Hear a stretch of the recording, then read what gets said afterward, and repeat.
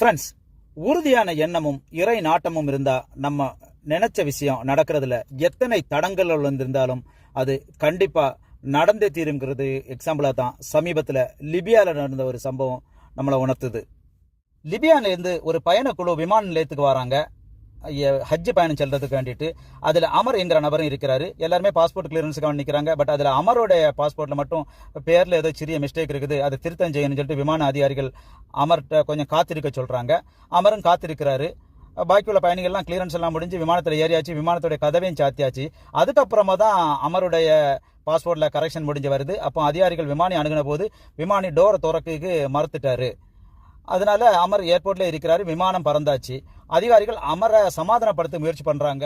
அல்லாஹ் மிக பெரியவன், அல்லாஹ் வெற்றியாளன், அல்லாஹ் அவன் நாடியதை யாருக்குமே கொடுக்காம இருந்ததில்லை அப்படின்லாம் சொல்லி சமாதானப்படுத்துறாங்க. அமரும் ஏர்போர்ட்டை விட்டு வெளியே போக மறுக்கிறாரு. அவர் சொல்றாரு, நான் ஹஜ்ஜி செல்லுக்கு வேண்டிட்டு வந்தேன், இறைவன் நாடிலாம் நான் செல்வேன்னு சொல்லிட்டு ஏர்போர்ட்லேயே காத்திருக்கிறாரு. பறந்து சென்ற விமானம் ஏதோ கோளாறு காரணமாக விமான நிலையத்துக்கு திரும்ப வருது. திரும்ப வந்துட்டு அந்த கோளாறு சரி செய்யப்பட்டு திரும்ப போகும்போதும் அதிகாரிகள் விமானி அணுகின பிறகு அவர் அந்த அமரை ஏற்ற மறுக்கிறாரு.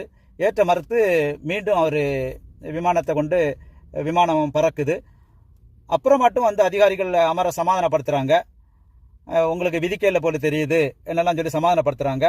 அமர் அப்பவும் சொல்கிறாரு, இறைவன் மிக பெரியவன், இறைவன் நாடினா நான் கண்டிப்பாக போவேன், நான் ஹஜ்ஜி போக வேண்டிதான் வந்தேன் அப்படியே மீண்டும் சொல்லிட்டு விமான நிலையத்தில் இருக்கிறாரு. இரண்டாவது முறையாகவும் பறந்து சென்ற விமானம் ஏதோ கோளாறு காரணமாக மீண்டும் விமான நிலையத்துக்கு திரும்ப வருது. அப்போ அந்த விமானி வந்து முதல்ல கேட்டது, அந்த அமர் இருக்காரா, அவர் எங்கேன்னு கேட்டுட்டு அவர் விமானத்தில் ஏற்றி தான் நான் கண்டிப்பாக பறப்பேன் என்று சொல்லிட்டு விமானம் கோளாறும் செய்யப்பட்டு அமர் அவர்களையும் எடுத்துட்டு விமானம் பறக்குது. அவர் அல்ஹம்துலில்லாஹ் வெற்றிகரமாக ஜித்தால வந்துட்டு ஹஜ்ஜி செய்ய வேண்டிட்டு இறங்கியிருக்காரு.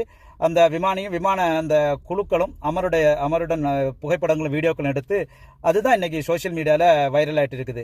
இதுல இருந்து என்ன தெரியுதுன்னாக்கா, நம்மளுடைய உறுதியான எண்ணமும் இறைவனுடைய நாட்டமும் இருந்துன்னாக்கா எத்தனை தடங்கள் வந்தாலும் அந்த விஷயம் யாராலுமே தடுக்கவே முடியாது. இன்ஷா அல்லாஹ் அது கண்டிப்பாக நடந்தே தீர்ந்துங்கிற ஒரு எடுத்துக்காட்டு தான் இந்த சம்பவம். தேங்க்யூ.